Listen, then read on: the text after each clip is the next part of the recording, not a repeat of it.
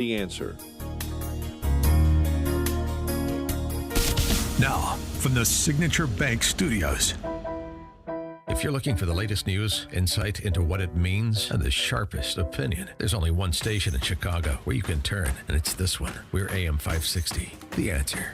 Good morning, Amy Jacobson here, John Anthony in for Dan Proft. Earlier this week, we featured one Sunny Hostin because she was comparing J6 to slavery and the Holocaust. I think we need to find moral clarity, in this country. And I just remember after January 6th, you had someone like Mitch McConnell placing the blame on January 6th where it belonged, squarely on Donald Trump's shoulders. Mm-hmm. And then you started seeing people backtrack that and losing their moral center. You had Condoleezza Rice, I believe, on this very show saying, we need to move on from January 6th. I say no.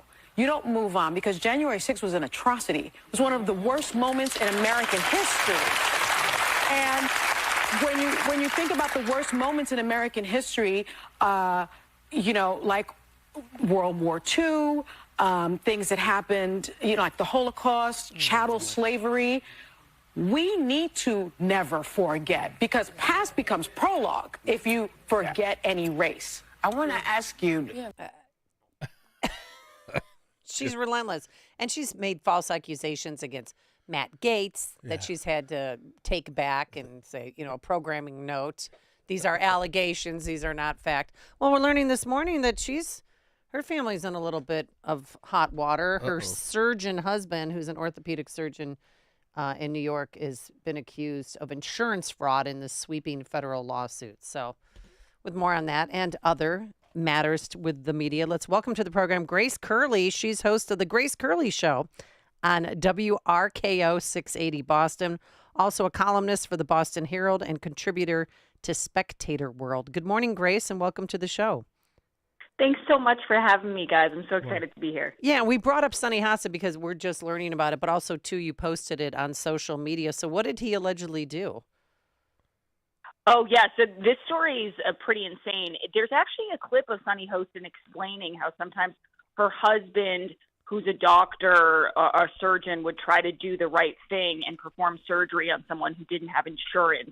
And then he would have to go back and try to get money from insurance companies. And there's a clip of her. This is the really crazy part. There's a clip of her explaining that on The View. I'm not sure if these women really don't think anyone's watching, but I hope that's used in whatever court case. I mean, this is a really, really big RICO fraud situation. So I hope that is used as evidence in court because it would be pretty amazing for this woman who makes legal notes, as you pointed out, almost daily about Matt Gaetz and everybody else, to have one of her accidental legal notes be used in the case against her husband. I mean, and according to the Daily Mail, the Dr. Hostin, and other defendants were allegedly receiving kickbacks for performing surgeries and then fraudulently billing the insurance company. So I don't know if he thinks he's above the law, but that's going to be interesting. We're going to definitely keep an eye on that one. So yesterday, President Trump had a gangbuster press conference, about 2 weeks before he takes office. And the left is describing it as chaotic and confusing. What did you see yesterday and what did you hear? How did it affect you? Well, it might be chaotic and confusing for the left because they're not used to having a president that talks for more than 15 seconds. And especially who's able to go for that long and just kind of go back and forth with the reporters. I really didn't hear anything that Trump hasn't said before. The only one I hadn't heard yet was turning the Gulf of Mexico, changing the name to Gulf of America. That was the only one that was new for me. Everything else were things that he talked about. He talked about, how much work there is to be done. He expressed his disappointment with the Biden administration. And I think he's really onto something here. Biden is currently in this mode of burn it all down. You heard this week about going to ban 625 million acres of coastline from drilling.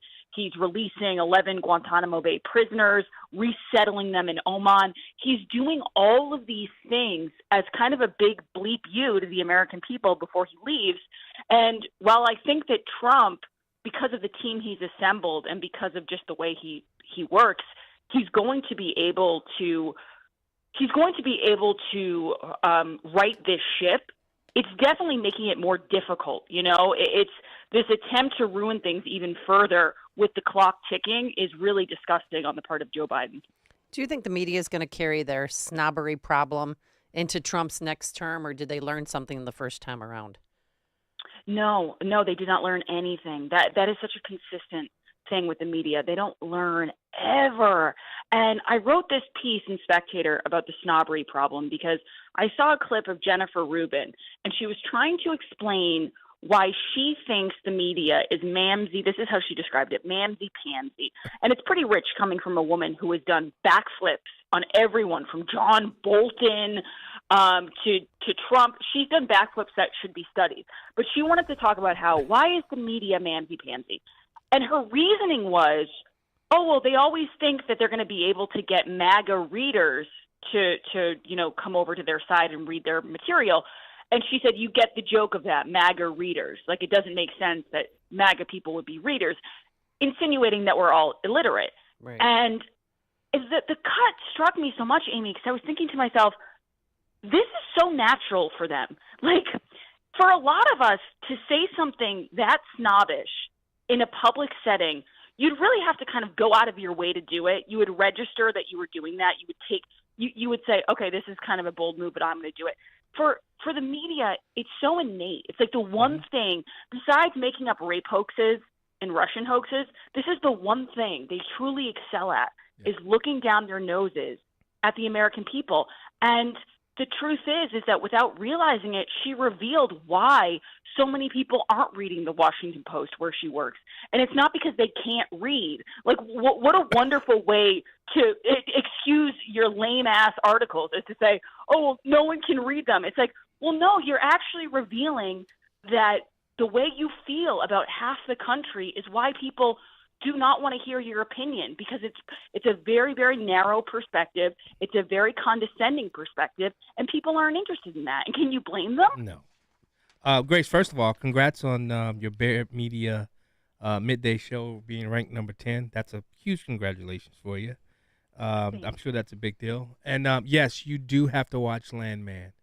Okay. Yes. Okay. Thank you for saying this, because Jerry Jones was on Landman, and I saw this cut of him, and I was like, wow, this is really amazing, because you guys know, usually sports people, and I'm not trying to disparage here, but when a sports person makes a cameo, it's usually so painful. Like, it's the most uncomfortable thing in the world. And he was so natural. You would have thought he had been acting his whole life. That's true. I know. And then I tweeted he it spoke out. from the heart. And I said, he really did. And I said, what's up with this Landman? I keep hearing about it. And everyone's saying it's a must-watch. Yeah, it is. I love Landman. And then sometimes I rewatch the episodes from the night before. So I was with Jay Bergman. He's an oil guy here that lives in Joliet. And I went up to him. I said, so is it, he said, you talking about Landman, right? I said, yes. He says, it's absolutely 100% factual.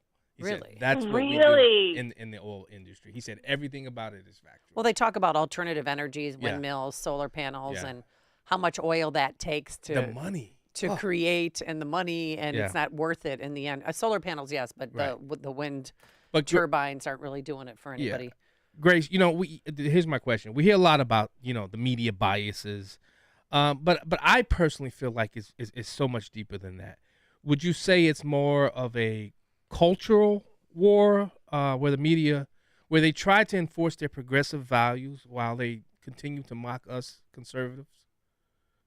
No, I think you're on the money. And I think, it kind of goes back to the Charles Krauthammer quote, which is, Republicans think Democrats are stupid. Democrats think Republicans are evil. And that was probably 20 years ago he said that. And since then, it's only gotten worse, where you do have this fundamental divide. And it's because, and the weird part about it is that so much of the left's platform right now, and it really does show you the problems with a lot of their opinions, is that they're all based on Trump. Like, they're all based on one person. And so when you base everything around what one person says and you just want to do the opposite of what that one person does, you don't really have a strong standing in your belief system. And so you'll notice, like, if Trump one day comes out and changes his mind, they all have to change their mind. They all have to go to the other side of the spectrum. And so it's a weird thing to see people who are so obsessed with one person, and to let that take over their ideology is very, very bizarre. And I think you're right. It goes a lot deeper than just a snob problem. It goes a lot deeper than just disagreements. It's something that it's going to take a long time to change. You know, I talk a lot about the culture, and the thing about Trump, he gets the cultural war aspect. And you think the legacy media, and I think this is part of the reason why they're going after places like TikTok, because TikTok, there are a lot of conservative voices that are getting out there. Do you think that's one of the reasons why they're trying to take out places like these independent podcasts and things of that nature? Because that they fear that these people will overtake them in time? Yeah, so I'll give you this example, right? Like, you guys just played Sunny Hostin on The View, and I'm sure it's not the first time you've played her. And it's great content for you. I'm sure there's listeners out there who got a real kick out of that, hearing Sunny Hostin compare January 6th to the Holocaust, how ridiculous that is. And you have no desire to shut down The View. You are not protesting The View because their ideas are so bonkers that you want people to hear them so that you can make your own ideas known and you can make your own arguments, and they stand up even stronger. That's the issue that the media is dealing with right now. When you have Joe Rogan, when you have people out there who are willing to talk to a Trump or talk to a J.D. Vance for 3 hours sometimes and have a real in-depth, long-form conversation, then unless you – the only reason you'd want to shut that down is if you think your ideas suck so bad that you can't rebut it.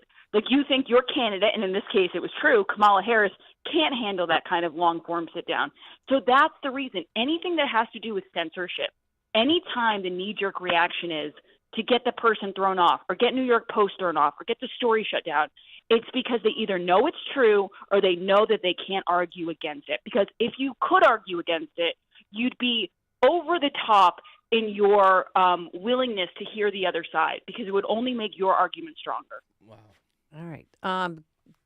Grace, we're going to have to leave it there for today. Where can we find you on social media? You're on X at G_Curley, Curley, correct? Yes, I'm on X at G_Curley. I'm on Instagram, Grace Curley.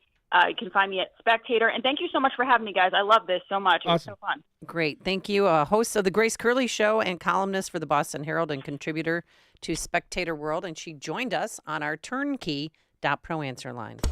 Listen to Dan and Amy on your smartphone. Download the AM 560 mobile app today at 560theanswer.com/mobile. If you're self-employed and purchase your own health insurance, I have some great news. From now until January 15th, the health insurance exchanges are open again. And even if you've never qualified for a health insurance subsidy before, you most likely will now. The American Rescue Plan expanded subsidy eligibility to millions of Americans who have never qualified before, even to those with high income levels. And this year, you can purchase a PPO policy, which includes access to Northwestern Medical Group. Employers who provide small group coverage also have new options, and so do seniors looking for Medicare supplement coverage. Call me. I can help. If you're tired of calling a bureaucrat at an 800 number to help you navigate Obamacare, then you need a local expert on your side. See Stephen Tucker from healthinsurancementors.com.